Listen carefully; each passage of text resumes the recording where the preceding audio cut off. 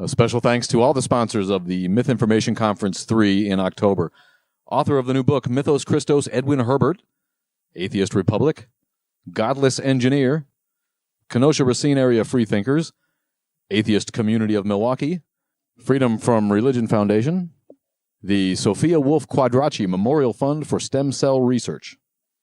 And please remember that your purchase of a $300 sponsorship table for the event includes 1 ticket to the conference and 1 ticket to the VIP party, and also gets you mentions on all of our social media platforms as well as this podcast.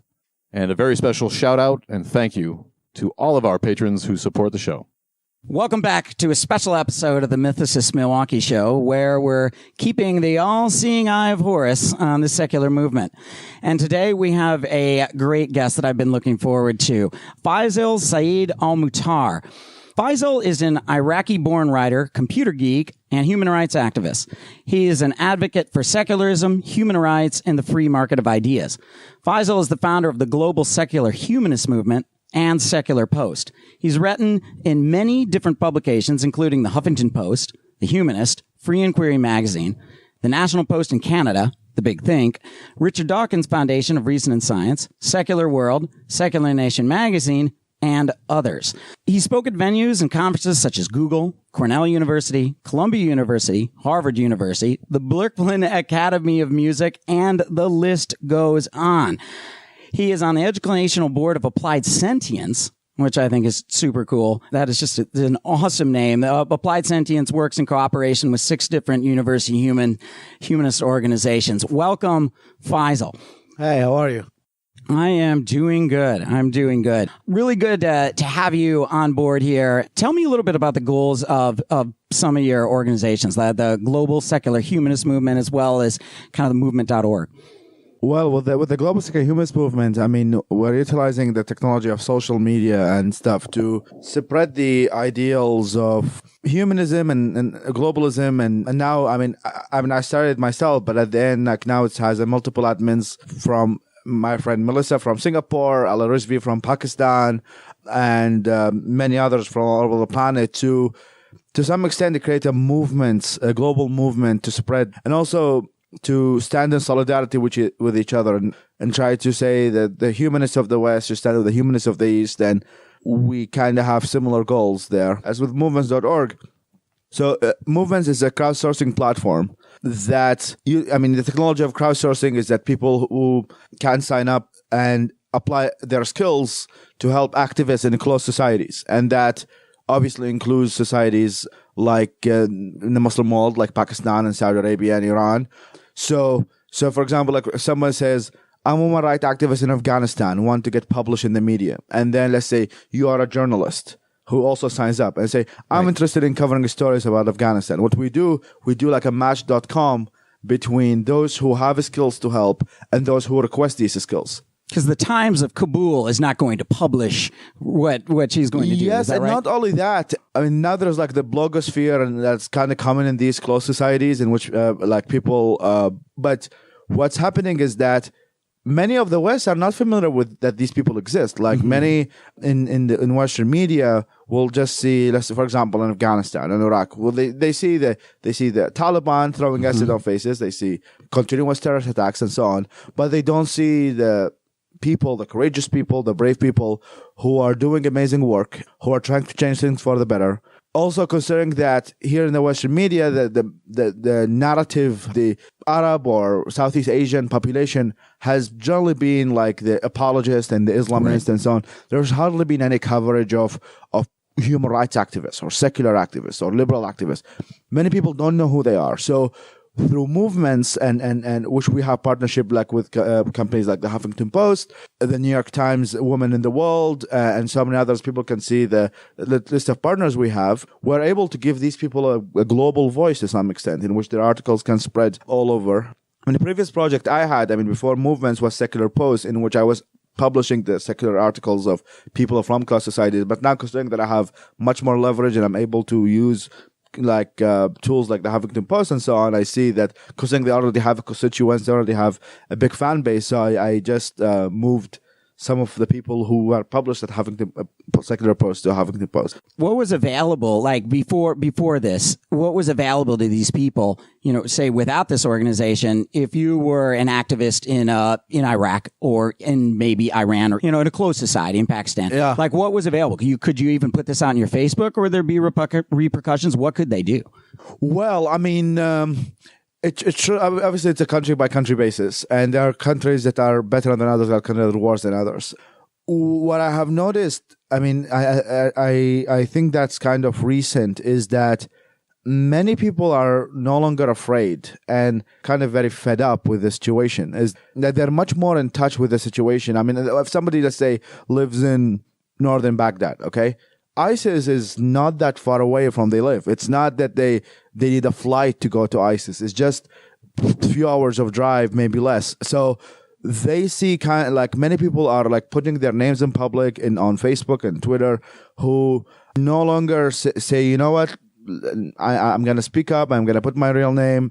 Some other countries in which, like countries like Saudi Arabia, considering that they have a very strong rule of law, and the government and they have the religious police that are tracking people, it kind of makes it more difficult, because I mean, in Iraq, one of the good and bad things is that we don't really have a functional government. So the only danger you have are from the militias, not from the government. But with Saudi Arabia, for example, the government controls the internet, controls any form of, now they're using apps like Telegram and WhatsApp, which with very huge encryption. But even with that, there are still people who are like secularists in Mecca, emailing me, like in Mecca. Like, who would have thought? Like, there is a place as conservative as, probably ultra conservative to say the least, can have such voices. So I'm like dedicating most of my time to help these voices to, first of all, organize and connect with each other, and as well as getting some help. I see that movements.org is bringing a lot of professionals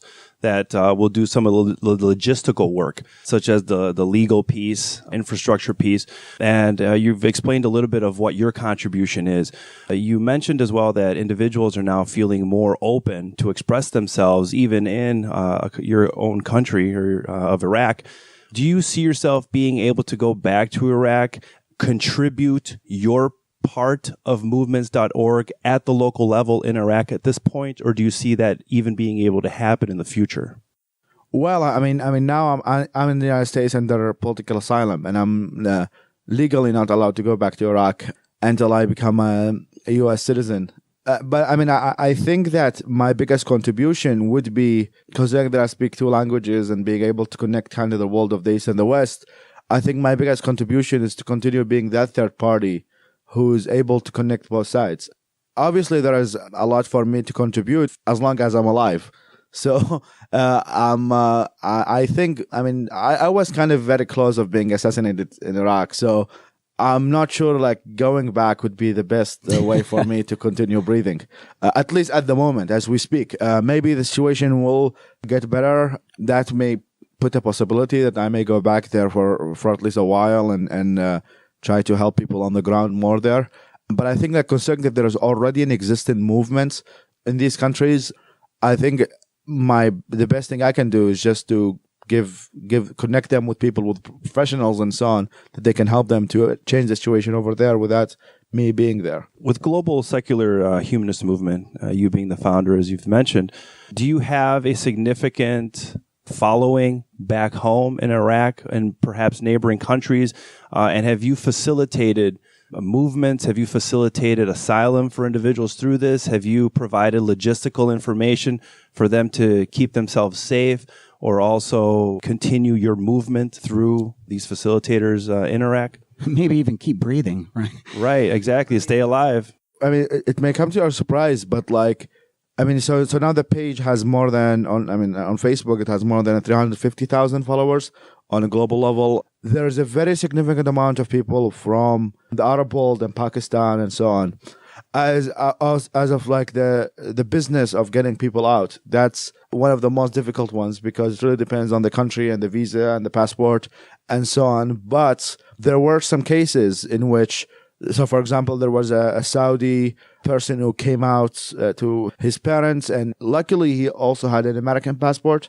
So what we helped with, we raised him funds, and we got him a flight from from Saudi Arabia. Like it was a kind of like a 24-hour notice. Raised the funds, get him a flight, flew him to the United States, and now he's in a safer place.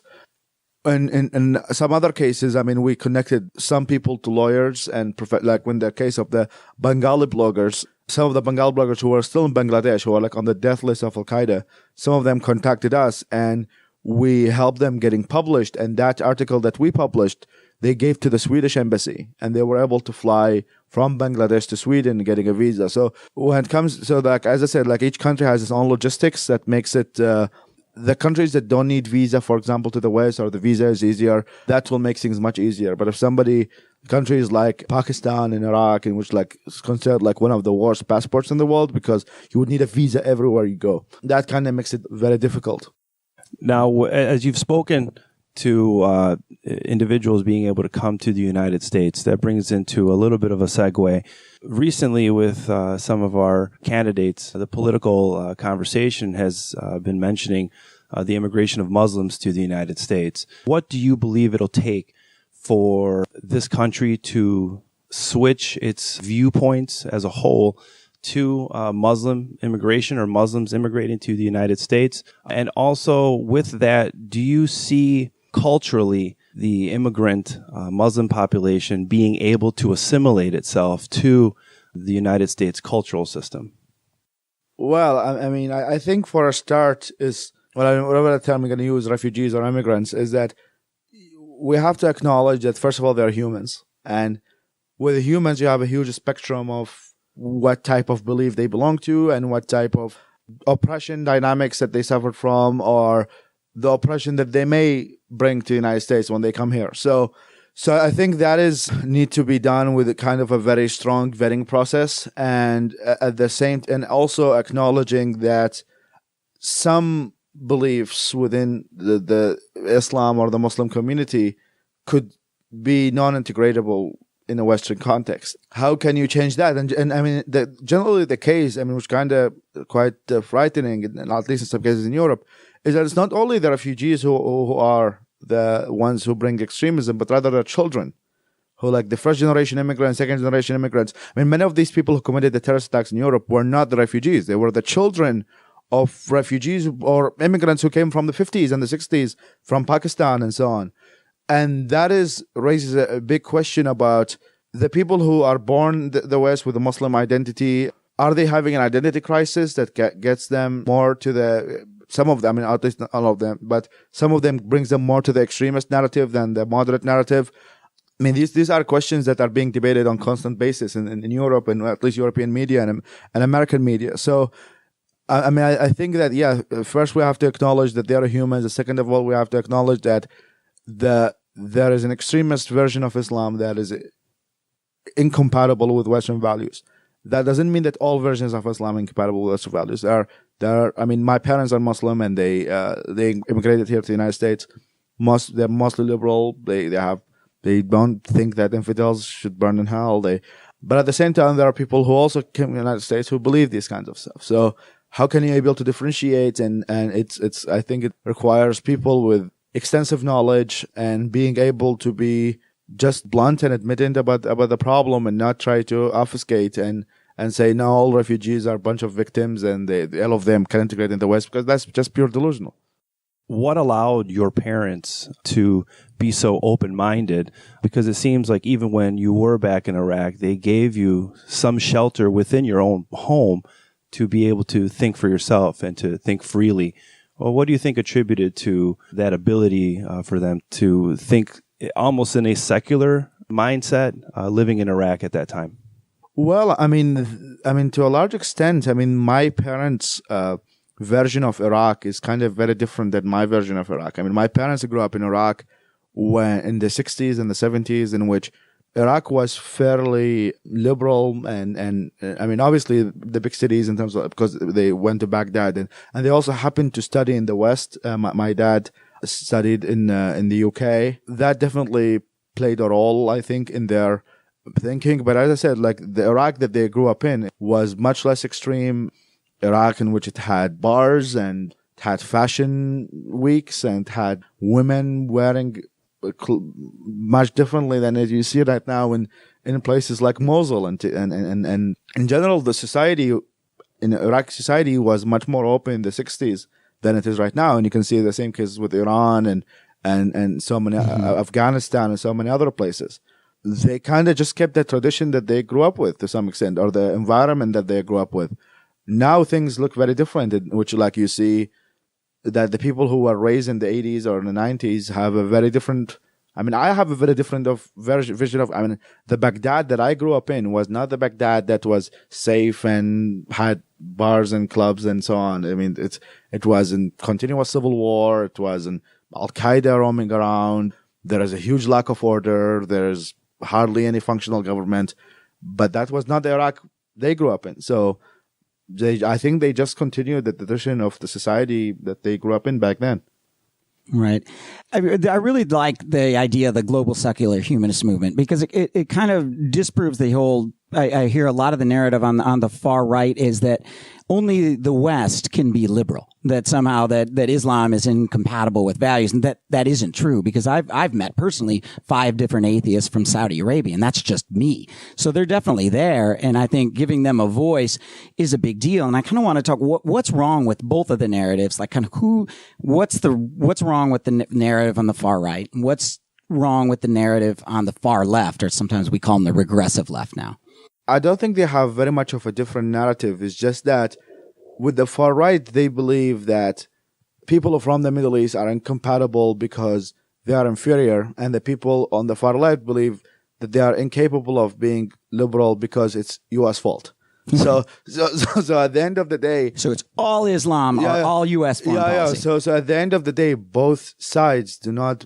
So either the far right will put the blame on the Muslims or the Arabs and so on, but to say that no, they're incapable. But with the far left, they will say no, they're incapable. It's because of us. Right. So these sides both are racist, in my opinion, because they're putting judgment purely on the race of the person, Arab and Pakistani and so on, without looking at the dynamics and the culture that existed in the Arab world, and the Arab world, and even countries like Pakistan and Bangladesh and so on. They are in constant conflict with each other. I mean, as you can see, there are civil wars between Sunni Shia, but there's also a civil war or a war of ideas happening between the conservatives in that part of the world and the liberals in that part of the world. These societies are not monolithic, and with this narratives, I think, of the far right, of the far left, is it ignores the people who need the support the most, people like Raif Badawi, for example, who wrote from Saudi Arabia, amazing blogger, wrote amazing things. Now he's in jail, facing 1,000 lashes. Yeah, I mean, he got 50 so far, and I think he has more years in jail. And his amazing wife, Insaf Haidar, is doing an amazing job in trying to release him. But like voices like Raif Badawi are, in my opinion, are the solution. But they tend to get ignored, unfortunately, by both sides of the narrative, because they either believe that these people do not exist, or believe that these people are somehow not authentic voices of that part of the world, which is complete racist, in my opinion. What is the authentic voice? What is the authentic voice of white people? What is the authentic voice of black people? Each people have different experiences, have different upbringings, different education. That's itself kind of problematic, and that's what, in order to find a kind of a solution to that bad narrative, is to show that these voices exist, and to show them as forcefully as possible. Obviously, and supporting them as much as possible. I mean, they exist in as countries as extreme as Saudi Arabia. They exist in other parts of the Muslim world. And there's a project that I been recently interviewed by. It's called Free Mind TV, which is like the first secular Arab web channel. Free Mind TV? Yeah, Free Mind TV. It has a staff from Egypt, Algeria, all over the Arab world. And they interview people in Arabic, the Arabic thinkers. And there are many, there are tons of people. But you hardly see that on the Western media. Don't. You don't. You see somebody like Reza Aslan. You see somebody like... Or worse, Anjem Choudhury debating on Fox News and debating Hannity. And you say, wow, Anjem Choudhury is a very, very conservative, extreme Muslim that wants... to imply Sharia law in Britain. And this is certainly not the voice of all Muslims. But yet it's cast that way. I mean, there is no such thing, in my opinion, as such a thing as the voice of all Muslims. Right. I mean, Muslims... Or most, even. Yeah, I mean, Muslims belong into a spectrum. And that being said, there are better versions of Islam than others. Yes. The version of Islam that is compatible, or the Muslims who have beliefs who are compatible with, I mean, leave aside the term Western values, but just let's say universal human rights. Right. Which is a much better than narrative than Western values. I agree. They hardly, because they get to some extent attacked by both sides. The far right will say that these guys are just lying about what they believe, and the conservative Muslims call them non-real Muslims or blasphemers, Uncle Toms, if you will. Yeah, and so many other names, and Zionist and whatever they come up with these days. So these voices, I mean, I think now to some extent are getting some coverage, but it's still not enough, because compared to the other side, the Islamists and the Brotherhood, yes. and they have been pretty much dominant in the media for a very long time, that it would need a much longer process to show that other voices, the non-apologists, the people who take responsibility exist, and they need help, and they have projects that they're working on. Right. And so instead of calling like the Council CARE or the Council for Islamic Relations always as the spokesperson for Muslims, which again isn't a good idea, but to get some more of these people on there, like I would love to see you being called on Fox News to give an idea instead of some of these apologists. And we do need to bring more light too. And the folks that I know are you, Faisal, also Irshad Manji and Majid Nawaz is over in Britain. Who are some of the others that maybe we can give a voice to here? Just maybe people can Google them. And you mentioned Irshad Manji and Majid Nawaz. They're more what's called the Muslim Reform Movement. So there's now actually, I think, a website called the MuslimReformMovement.com, and people can check it on Facebook, in which it has the people who, like, for example, Asra Nomani, she used to work with the Wall Street Journal, and now she's also like writing about reform and so on. There is, I mean, my best friend Al Rizvi is actually publishing a book this year called The Atheist Muslim, which is kind of very interesting. Where does he live? He lives in Toronto. Okay. There's Sarah Haider from the Ex-Muslims of North America, and Muhammad Sayed. That is at least in the English. I mean, there's Iki Muthali. She writes for The Nation, Pakistan.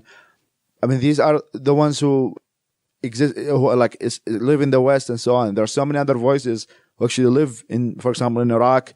There is a thinker called Ayad Jamaluddin who is also Muslim. I mean, I would call him. I mean, he's a secularist. He's a Muslim secularist. There's a guy called Ahmed al-Qubanchi. So I mean, these voices exist. When it comes, I mean, for the West, I think the Muslim Reform Movement that kind of was recently formed brought most of these Muslim Reform voices together under one umbrella. That if people I mean, their names are increasing. I mean, even with Majid Nawaz, the Quilliam Foundation, they are having new people who are Muslims joining up their organization, who are becoming a new spokespeople. So yes, I mean, when it comes to CARE and the so-called representatives of the Muslim community, I mean, as I said, I mean, I don't even believe that Majid Nawaz is a representative of the Muslim community, because there's no thing as a representative of the Muslim community as a whole. They are spread out all over countries. There are Muslim Americans, I think, between 2 and 4 million. Who some of them are medical doctors, some of them are taxi drivers in New York, and they don't have one representative because they follow different beliefs and different values, at least to some extent. I mean, there are sometimes that these beliefs are closer to each other, but which voices that we prefer? I think the voices that bring solutions to these issues with better ideas, with better ideas and new ideas, fresh ideas, and so on. I mean, I'm sure I've noticed with CARE and so many others, it's just like they have a press release. Whenever there's an explosion in different city, they just change Paris to Brussels, and it's like the same words, and as if like nothing has changed. There's no solution whatsoever, and the only solution is this, right? Yeah, the only solution actually, I mean, eventually turns out that the solution actually has to come from the U.S. government, because the U.S. government is the one that brought all that to itself. Which is absolutely untrue. I mean, I think Wahhabism, which is really at the heart of this, forms in the early part of the 1700s, before America was even independent, right? We're a bunch of colonies. This is England's fault now. Yeah, and that is, I think, it's one of the biggest issues, like that is kind of a biggest obstacle, I would say, to progress in these societies, in the Muslim world in general, because it's now being a trend. There's always been a trend that there is no responsibility whatsoever. There's very little. There's so much criticism of other people, very little self-reflection and self-criticism, which is, I think, the method to progress is like when people admit that they are not perfect, or their ideology is not perfect, then they can correct it and they can follow a more benign ideology. But unfortunately, there are folks who want to keep the status quo and will be the first to condemn others when they say something ridiculous, but will be the last to condemn their quote unquote their people when they say something ridiculous. I mean, there was this cartoon which I really liked.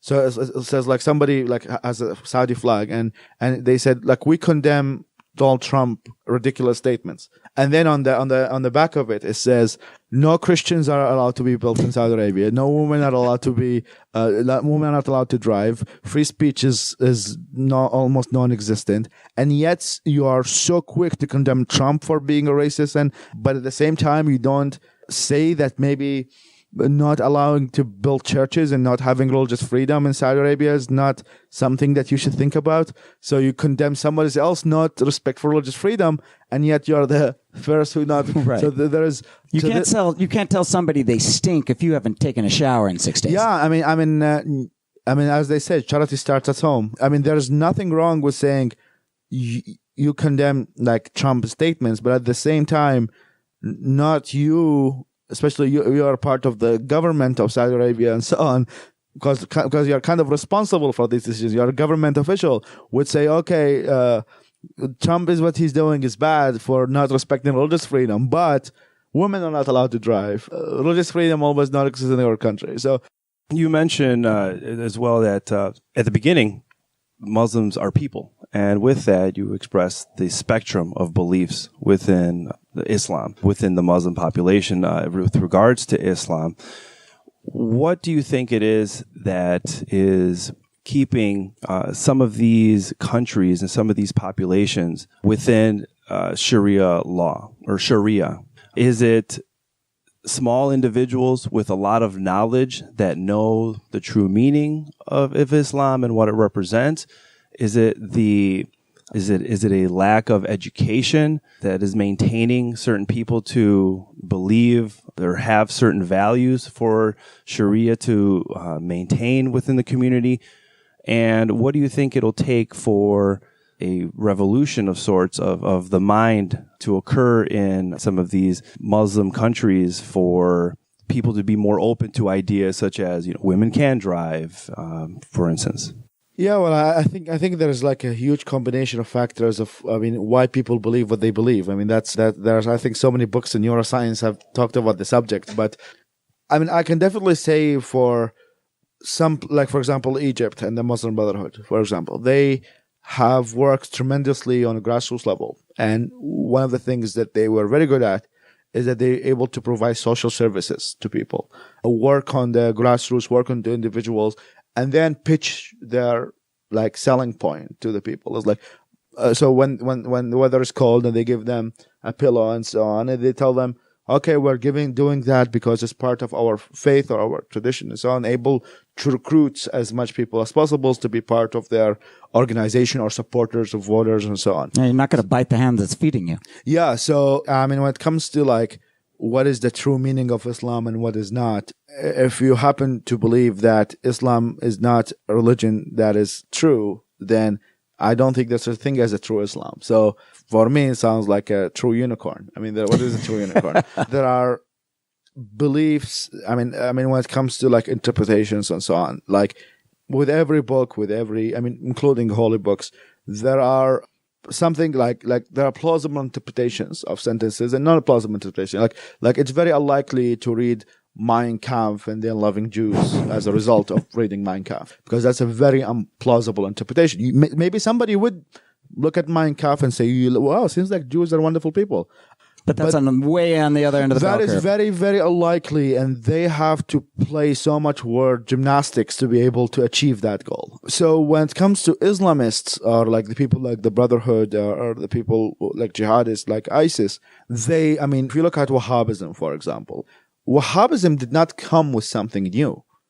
All what they said, Muhammad Abdul Wahhab was a Muslim reformer, and all what he said, that we should not follow modernity and more follow the steps of the Prophet and his friend, like his Sahaba, the people who are around. So he did not come up with something new. It's not like it's a new, like, it's not like there is a book called Wahhabism that the people who are Wahhabis don't refer to themselves as Wahhabis, kind of more a derogatory term. They refer of themselves as Sunni Muslims or Muslims who believe in the following the steps of the Prophet and so on. So Wahhabism did not come with something new, and it's not like a new way of thinking. It's just like, it is a way of thinking that kind of makes it have a stronger theological backing than, let's say, the version of Islam that says women are allowed to have a premarital sex, or for example, people are allowed to drink alcohol or eat pork, because it's just less plausible to read the Quran and say pork is allowed versus reading the Quran and saying you should not eat pork. So that kind of made them to some extent successful in spreading their ideology and so on, because they are not inconsistent. They are very consistent, and also they kind of, I wouldn't say follow logic, but they have logical conclusions or logical deductions that are plausible logical deductions. When it comes to opening of the mind and so on, religious orthodoxy has generally been a problem or an obstacle of free thought and being able to think freely. It's something that existed through history from different religions, and just the concept of, faith versus reason. Faith itself is generally believing things without evidence, and right. That's itself create a loophole for dogmatism. And so what could be the counter narrative? The counter narrative would be to show the beauty of reason, to show what societies, when they became more self-critic of themselves, when they engage in more self-reflection, what they have achieved. This could be, it's now like generally kind of common argument is that yes, like, look at us right now, for example, in Iraq. Look at us right now in continuous civil war between Sunnis and Shias, and our country is being destroyed. How about we follow a secular model in which Sunnis and Shias can live together peacefully? So we have to push more, or support the people who push that narrative that takes responsibility and try to change this thing for the better, versus those who admit that there is no problem whatsoever with the culture or the ideology and want to keep the status quo and shift the blame to somebody else. Yes, and that has been achieved in the past, too, in Baghdad in the 800s, or in Spain in the 11th century. You do see a plurality and with a large Islamic population, but I think, as you said, it's less religion as opposed to more that gets that. It's more secular thinking. Yeah, I would say it's less orthodoxy, that's for sure. There are people who do follow, let's say, called liberal interpretations, for the lack of a better word, who maybe consider themselves religious. It's just that their version of religion is more liberal. So they are people of faith, but they follow, like, for example, the Quakers Church in Christianity, or the Unitarians. Many of them consider themselves religious. Like, if you ask them, are you religious? They say yes. But at the same time, they say, we're anti-homophobia, we're anti-transphobia. So they're essentially secular humanists. Not necessarily. Secular humanism. Yeah, they're definitely humanistic. They're definitely aligned with respect for human rights and so on. But that's definitely the opposite of what religious orthodoxy or orthodox religions. You can see the difference between Orthodox Judaism and secular Judaism, and with Orthodox Islam and Reformed Islam, like the one Majid Nawaz is talking about. Yes, these beliefs had their own phases within history, and what happened is that the Orthodox, or the Orthodox interpretation, due to many circumstances, including that, unfortunately, they happen to have lots of oil in their land, and that's Saudi Arabia and Qatar, that they were able, logistically being able to spread their version of Islam versus the other versions who don't have that much amount of money. Money talks. Yeah, so money definitely talks. And especially when you're talking about advocacy and spreading ideas. I mean, just a simple example, like on Facebook. If you have a post and you say boost post, okay? If you have $1 million, you are able to, you make a post, you are able to reach 1 million people with that post. If you have $10, you're able to reach 100 people. And that can be said about everything when it comes to advocacy, is that if you have lots of money, you can send people to the media, you can make them travel all over the world. Let's say you are an evangelical or somebody who wants like convert people to their religion. Somebody who has lots of money has much better leverage than the other because he can travel all over the world, he can stay in hotels, he can talk to people, he can give lectures, and so on. While the people who, let's say, have the good narrative or like the liberal narrative of Islam, I don't say good and bad, but like the liberal narrative or these people have much less, let's say, income and much. I mean, I've met like some actually like what's very random. I was like taking an Uber driver in Virginia. We were like talking about Islam and so on. And this guy was also like a very liberal Muslim, was like very big fan of Majid Nawaz and stuff. But what he's doing, he's working as an Uber driver because he can hardly have a job with what he's doing. Versus somebody who, let's say, supporter of the Brotherhood, can get money from Qatar and can have leverage in Al Jazeera and can travel and probably have a scholarship to study at Georgetown or Yale and he can have positions in advising governments and the UN and so on. So like there's kind of a very big logistical issues that make the Orthodox version of Islam have a better leverage versus the other version. Right. So you need to find oil somewhere, Faisal, so you can start selling that and we can start boosting your posts. Yeah. Now, with Christianity, one of the selling points that Christians like to push with the Bible comes to the idea that it talks about, peace and, living lovingly with one another and loving each other. Going back to the idea of, with the analogy that you use with Mein Kampf, if somebody was to read the Quran, what do you believe would be the takeaway from that? Would it be more of a humanist, ideal, or would it be less of a humanist ideal? Because you had mentioned as well that for progress to occur in some of these countries, we would need to have more innovation, more sharing of ideas. What would be the takeaway? What direction would the Quran take an individual? Would it be more of a peaceful, loving society where everyone works together and shares ideas, or would it be less humanistic and less free?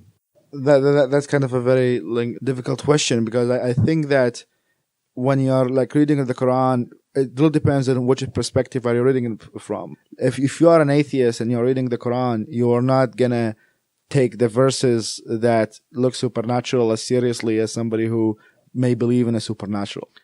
I mean, I think, as I said, when it comes to the plausible interpretations and less plausible interpretations, I think that it's very unlikely to read the Quran and conclude that you should eat bacon or you can eat bacon.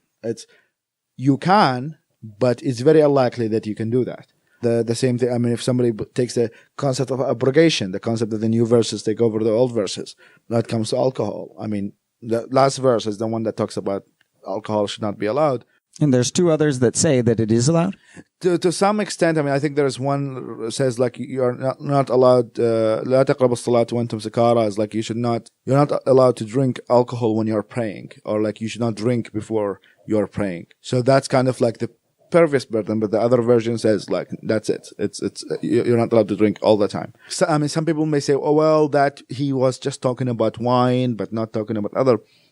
Okay, good luck. If he had a problem with wine, he definitely has a problem with vodka because wine has less alcohol than vodka. So if the main intention was not to actually make people drunk, then it's very likely that he's against all the drinks that make this is this discussion like in debates between the liberals and the conservatives. So yes, when it comes to like humanistic and what you put as liberal, and I think that it is less likely, not impossible, but less likely to come out with, let's say, a version of Islam that says you can drink alcohol and eat bacon, then you can have a version of Islam. And that's not only that's just like basics, but it comes to other things like jihad and martyrdom, separation of church and state, separation of church and state, and so on. I mean, if you start reading the Quran and you read the verse that says this book is infallible,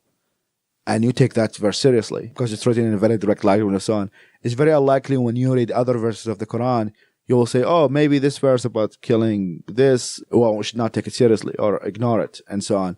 Yeah, I mean, it really depends on the methodology. So if you're going to start with the methodology that this book is infallible, this book is perfect, it's applicable all the time, all what is there is applicable all the time, I think you're more likely going to end up with either like conservative or ultra-conservative version than you would come up with a liberal version. If you start the methodology of saying that, okay, it's a book that we may not have actually the real words of God, but maybe these are inspired word of God or something to that extent, maybe you would come out with a more humanist, because in that way you would take the verses that are more like the verses that are more, let's say, humanistic, and ignore the verses that are not humanistic, because you're already acknowledging that this book is not perfect. It may be written in a certain time or things of that sort. So yeah, I think the methodology and the way how you look at the book have like really decide how the way you're going to interpret it and the conclusion you're going to come up with. So it seems the mindset that at that point in which you approach the book is going to determine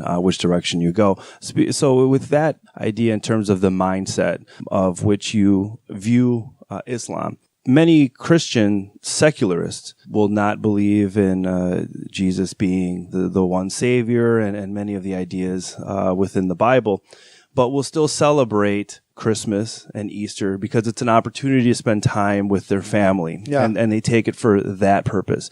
Do you, as a secular ex-Muslim, do you still celebrate events like Ramadan with your family just as an opportunity to spend time with your family? I think it's Eid that you celebrate. Ramadan. That's the tough one. I mean, Ramadan is the fasting month. So yes. I don't think I'm willing to celebrate that or even engage in that. Right. But I mean, I have fasted a few times. Yes. I mean, obviously there is the community aspect of religion. Some people may keep some of it. Some people may, I try my best to kind of find a balance. I mean, I don't really celebrate many of these things. I mean, I like celebrating Darwin Day for some reason, like the New Year's Eve and so on, which are kind of very, very secularized. I mean, there is kind of a secularized version of Eid in which like it's about like family gathering, less about the end of Ramadan, because there are two Eids, and one about the Hajj and one about like the Ramadan, post-Ramadan Eid. Yeah, I mean, I think that when with secular Christianity, or let's say the version of Christianity that like we live in the 21st century, has been very, I mean, obviously it's not all over the world. I mean, in Africa and some parts of Asia, the conservative version of Islam, like in Uganda, like gays are still like getting killed and so on. But when it comes to Western Christianity, due to the Enlightenment, that the Christianity as we know it in the West has been watered down significantly. Obviously not 100%, but significantly, that kind of allows for somebody to say that Jesus may not be crucified or something of that sort. I mean, just pre-Enlightenment Europe, that would get you blasphemy and maybe you're going to get crucified or burned on a stake. Yeah. But today, somebody can be a Calvinist who that probably they don't believe in the Trinity, and some people can say that the Bible may have mistakes and nobody's going to tell them that you're blasphemers, because these kind of conversation, due to the, I mean, to a large extent, I would thank the values of the Enlightenment, which were very much secular, that kind of pushed themselves or forced themselves into Christianity, and also due to logistics. I mean, generally, one of the main arguments that has been used to support American secularism was not the fact actually just to protect atheists, but to protect Christians from themselves. Is it which version of Christianity? So we want to create, let's say, a Christian nation. But which version of Christianity we're going to follow? We're going to follow the Methodist. We're going to follow the Evangelical. So secularism has been, to some extent, being used as the protector of religious freedom. Right. in multi-faith or multi-sect countries. So that effect had played a very major role in seeing the Christianity we see right now, and the values of reason from John Stuart Mill and John Locke and Voltaire and many others has to some extent forced Christianity to adapt to kind of more modernity. That this thing did not exist in the Muslim world. So the Muslim world didn't have a Stuart Mill or Paine or Jefferson, or the Ottoman Empire has controlled the Middle East. And it was also engaged in a very similar conflict that we see today. It's like, while West was having the Enlightenment era, the Middle East was having a war between the Ottoman Empire and the Persian Empire, and which version of Islam is going to dominate the other. So while the West was going through the Enlightenment, the Muslim world was going through continuous civil war as we see right now. The Enlightenment did not really touch that part of the world. At least, I mean, it touched it in a very small segment, and we can see that Muslims who don't believe in the Orthodox version, but unfortunately the Orthodox version has been the one that dominated. And when it comes to like the secular version that just celebrates holidays and so on, it's just, there's no, there are cafeteria Muslims, but they are not as much as cafeteria Catholics. I mean, cafeteria Catholics dominate in a much larger number than cafeteria Muslims and so on. Right. You would need secularism. I think that the Baptists of Danbury, Connecticut, I mean, they were afraid of not the atheists, but the Congregationalists, and being afraid, not being able not to vote. Yeah. And back then there were not, I mean, deism was kind of like the atheism, quote unquote, back then. So they were not really afraid of atheism per se, but yeah, they were afraid more of each other. And what happens, I think, there, it works in America because they were forced to kind of adopt the secular ideals. But I think in Iraq, and where you kind of come into the story, is the fact that the Shia-dominated Iraq could disenfranchise the Sunnis. Yeah. And there wasn't enough secularism really to stop that. And they were getting outvoted. Is that kind of lead to the rise of ISIS as you see it? Yes, I mean I mean if we're gonna talk about how ISIS came to existence, I think we're gonna talk for the next 10 hours. Right, but it's an example where there's not enough it secularism. is an example. I mean, what is the opposite of the Enlightenment values? Is that you have the authoritarian values, and the authoritarian values have been the concept of individual rights is very foreign to many Muslim majority countries. They hardly have any concept what individual rights is. So when you don't have a concept of individual rights, you're always going to be in constant war about who's going to be the dominant force and who's going to control over the other. Because, I mean, the concept of individual rights is that there are some things that, regardless of the majority of the country they have no control over. So, like, for example, freedom of speech is a concept of individual right. It's like, whether you live in a Christian majority state or an atheist majority state, the Christian right is protected in that majority state, and the atheist right is protected in the. Right. But that concept is hardly existent in the Muslim world. That with Iraq, the Shia majority population or the Shia population has been disfranchised for a very long time, and they have so much revenge and so much hatred against the other sect that made, I mean, as a result, I mean, as I said, like most people can be oppressed and oppressors at the same time. So the same person who Saddam killed his brother or Saddam killed her son would be the same person would be advocating for killing Sunnis because the Sunnis were part of the government of Saddam.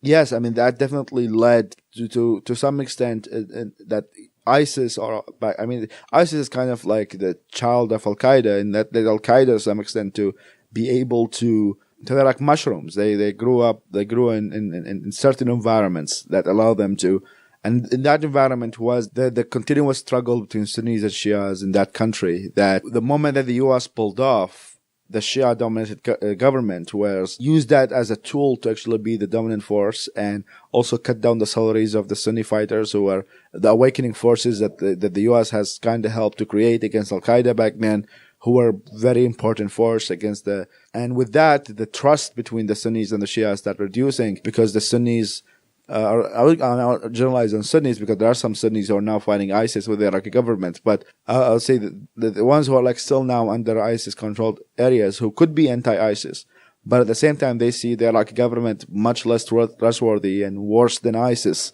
because they're going to discriminate against them for being Sunni. So they have two choices: the Iraqi sectarian government or ISIS, and some people, it seems that they would prefer ISIS over the Syrian government. The devil you know versus the devil you not only the devil you know is that let's say you want to be the person who's going to fight, and you say, okay, I'm going to ask the Iraqi government to give me reinforcements and weapons and so on. Considering that ISIS is like holding things very strongly, you cannot trust the Iraqi government to actually do the fight. Like they will tell you, okay, we're going to give you some weapons, and then the Iraqi government will be like, oh, I'm sorry, like yeah, maybe I'm not.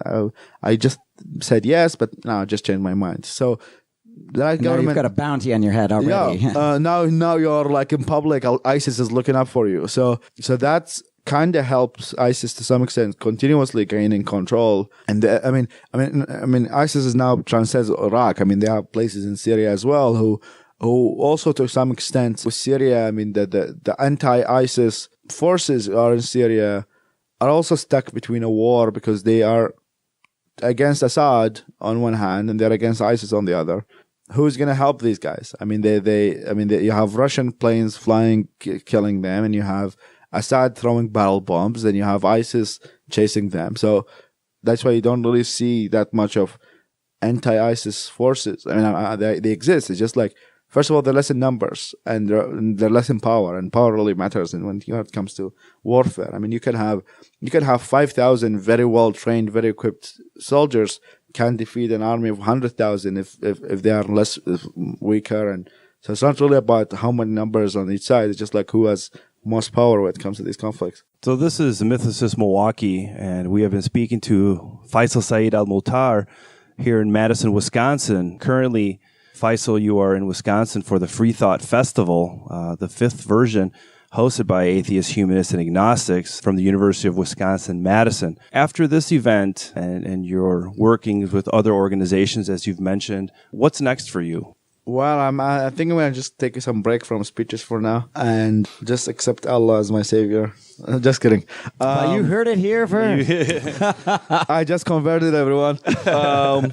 No, I mean, what's next? Faisal, well known for satire. Yeah, I mean, I may like focus on like probably like this next month or two. I need to focus on doing some fundraising for the project I'm working on, as well as. Can you specify your project? Yeah, the movements.org in particular, because as I said, like we're fighting against people with millions of dollars of funding, and these projects need to, like the project that we're working on, we're helping, need to expand, needs funding, need grants and so on. So we would need that funding to at least, by comparison, like we get 1% of the funding of ISIS. That's not much. We need much more to actually be able to fight against. So I'm going to do some of that, and also with our pace, like with publishing. Now we kind of have a collection of like secular voices from the Arab and the Muslim world. Maybe I'll try to double it and maybe triple it for the next month or two, because there are so many voices. They come out to me like, out of a sudden, like they message me on Twitter and Facebook, and they're like this, and I try to talk to them and so on.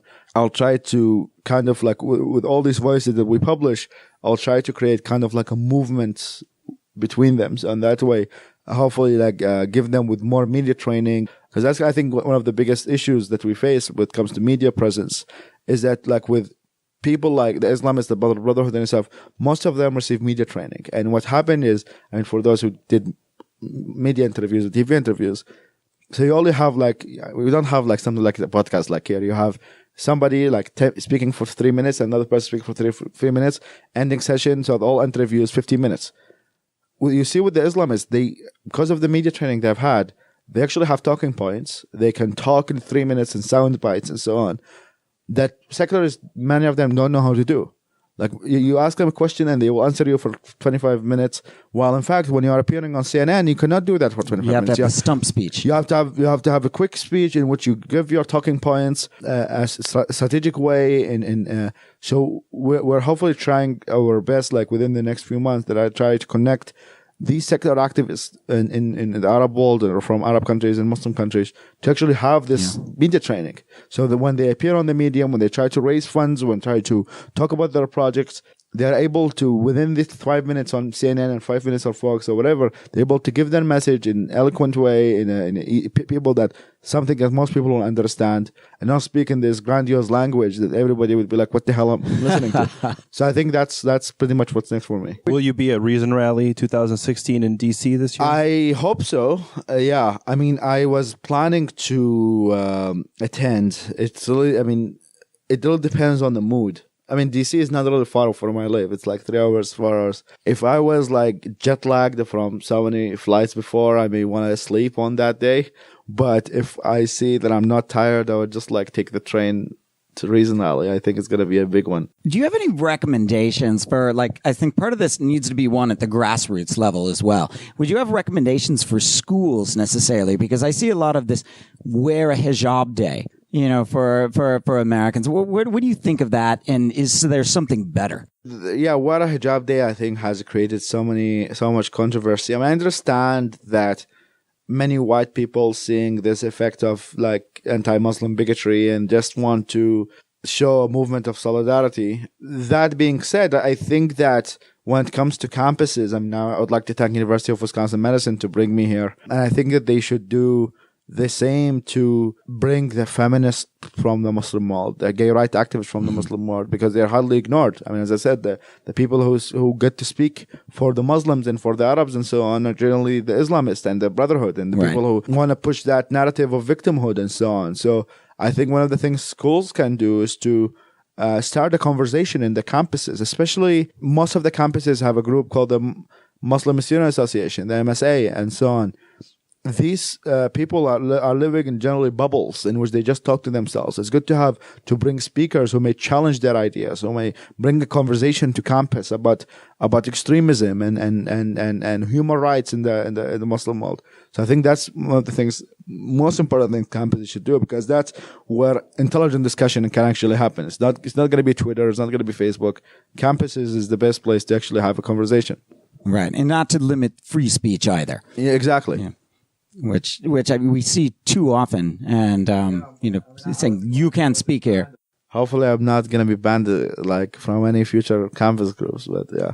Well, we hope so too, because we want to help promote your narrative. We really like what you're doing on movements.org, as well as the Global Secular Humanist Movement. You can Google Faisal directly, because again, the West doesn't own humanist values. They really belong to everyone, and to get the word out, especially to the brave activists. I mean, I get to do it from the safety of Faisal's hotel room, which is safe. I'm not in Baghdad with ISIS bearing down on me. So it's really impressive. Yeah, thank you so much. We appreciate your time. We appreciate your insights. This has been a pleasure. Thank you. Thank you. And this is Mythicist Milwaukee signing off on another fascinating interview.